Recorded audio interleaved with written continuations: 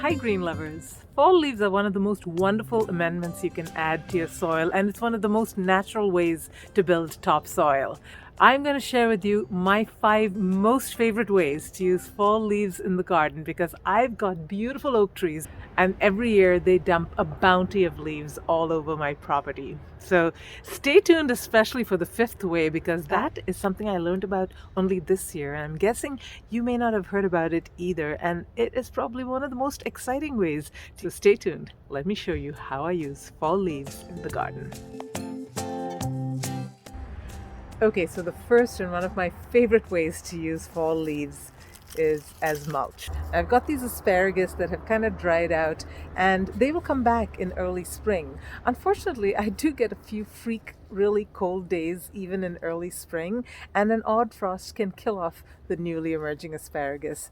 These fall leaves keep them nice and warm and insulated and protected from those odd frost days. So one word of caution when you're using leaves as mulch is you do need to shred them, because as you can see, it's been raining all night, but as I peel off that top layer of leaves, it's completely dry. So leaves prevent moisture from evaporating, but they also prevent moisture from getting in. So either come every few days and sort of mix it up during the rainy season to make sure that it's all nicely wet, or shred it up, and that will allow the rainwater to permeate through it. Another way to use fall leaves in your garden is to just let them be. Let's talk about some of the benefits of fall leaves in your garden, especially during the cooler months.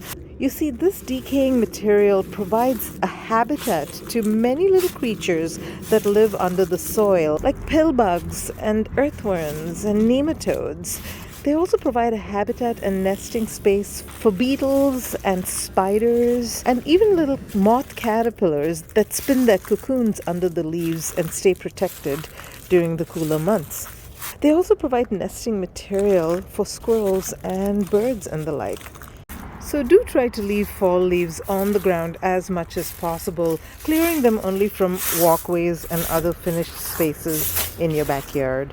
Before I got rid of my lawn, I used to have a gardener who would come and do the mow and blow, and every fall he would cart away bags and bags and bags of fall leaves, and I let him, and I cringe when I think about how much I deprived my soil of nutrition by getting rid of those fall leaves. So now I just let them sit on the surface, especially under my oak trees, because they tend to attract all those wonderful little critters that will continue to build your soil and also use it as a habitat. Another great way to use fall leaves in your garden is to layer your worm bins. Now, I started these worm bins around about January of last year, and I just filled up these totes, these 18-gallon totes, with fall leaves, and I made a little spigot over here. You can see I just put a little piece of plastic here to just serve as drainage, and then after that I put a couple of handfuls of worms from my other worm bin, and I just kept adding food scraps, layering on the fall leaves, and before I knew it, the entire bin was packed with worms. So that's a great, really easy way to start an outdoor worm bin, is by creating a nice bedding with fall leaves and then just layering on some worms, and after that it's food scraps and fall leaves and food scraps and fall leaves, and you'll have the most wonderful, worry-free, trouble-free worm bin. Composting is a great way to use up a lot of fall leaves. Now, since the process of composting is typically bacterial, if you want to compost a hot compost, which actually generates the product very quickly within about maybe 30 to 60 days, you have to use the right ratio of browns to greens, roughly 4 times brown to 1 part green. And you want to make sure that there is enough air, so you want to come every week and maybe stir it up a little bit and make sure that you incorporate the air in, and you also want to make sure that it has a proper level of moisture. So I've done a video on how I do my lazy composting. I'll put a link to it right here, but I usually do cold composting, so I don't worry too much about the ratio of browns to greens. Just a lot more browns than greens is what I go for. Now behind me is actually a planter which we are in the process of filling, and this is a great way to use up lots and lots of fall leaves, particularly if you're preparing it for your spring garden. So what I have done here is I have layered wood chips on the bottom, and I've also thrown in some cardboard and other scrap materials that will decompose over time, and then I've put a whole lot of fall leaves on top of it. I'll fill this up almost to the top because I know that by the end of winter this is all going to depress by about a foot or so, and then I can layer on that good topsoil in which I'm going to grow. And what I do then is I cover it up with some plastic and I throw some weights on top of it. And then I just let it sit there over the course of the winter, 2-3 months, until I'm ready to use it. In the meanwhile, all of the life in the soil starts to decompose it. There are worms in there, and everything is going to start working on it. And come spring, I'm going to have some beautiful soil to work with.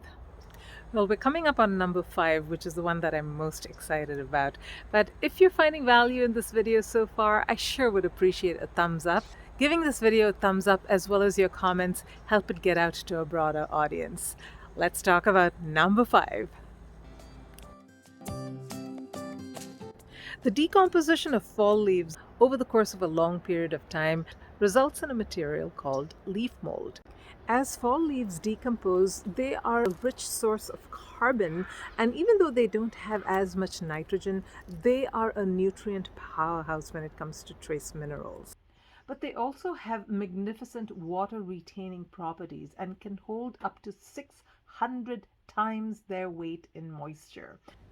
It also has great tilth, which is just a fancy way of saying it is of the right composition to support the growth of fruits and vegetables. And it also has fantastic drainage.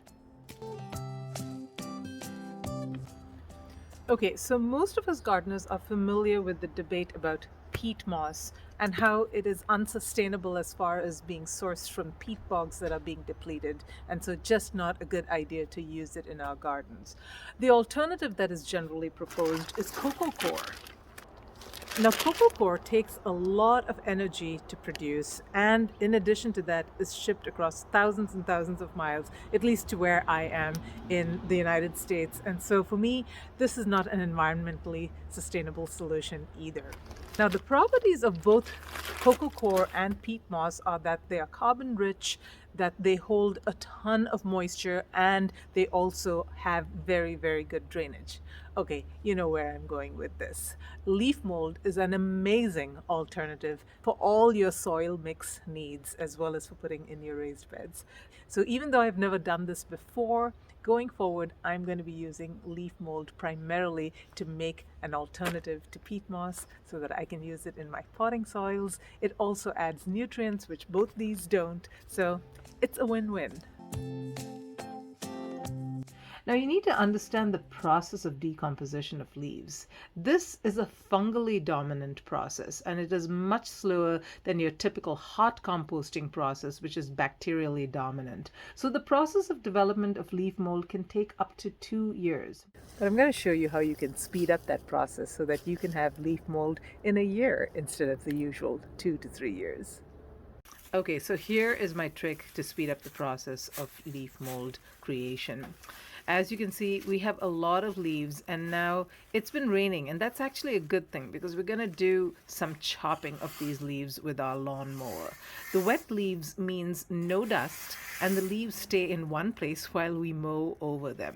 Now, depending on the use you're planning to put these to, you might want to go over it a few times. But know that the more that you shred it, the more the surface area of the leaves, and hence the faster the decomposition. In fact, you can get leaf mold to form in about 6 months tops if you shred them up pretty good.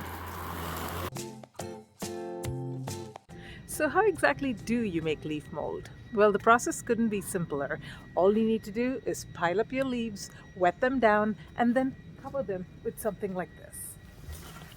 And then just walk away. Come back every once in a while if you live in a dry climate, maybe once a month or so, and make sure that there's enough moisture in the leaves. But other than that, there's nothing else to do. Come back when it's ready, and that could be from 6 months to 2 years. Now, if you don't have the space like I do, what you can do is fill them up in plastic bags just like this. I filled up 3 plastic bags. In one of them, I've put leaves that have not been shredded just because I want to see how long it's going to take.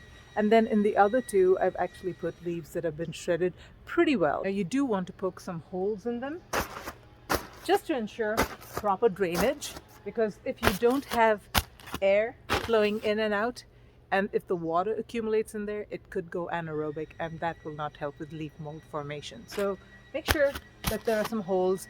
You know, you can come and roll these bags around every once in a while to speed up the process, stomp them down a little bit.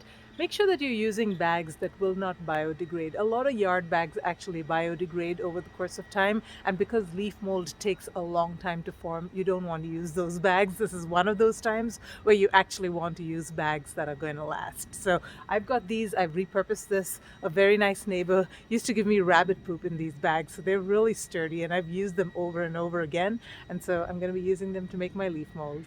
I put a date on it, and let's see how long it takes. Subscribe to my channel and I'll give you updates on how it's going. Have you used leaf mold in the garden? Do you love it? I would love to hear your experiences. Do leave some comments below. This is my first time making leaf mold, and I would love to learn everything I possibly can about it. And have you ever used it as a substitute for peat moss and coco coir? I would love to hear about that as well. And for that video to my easy, lazy composting, check the link right here. Until next time, live green and love your green.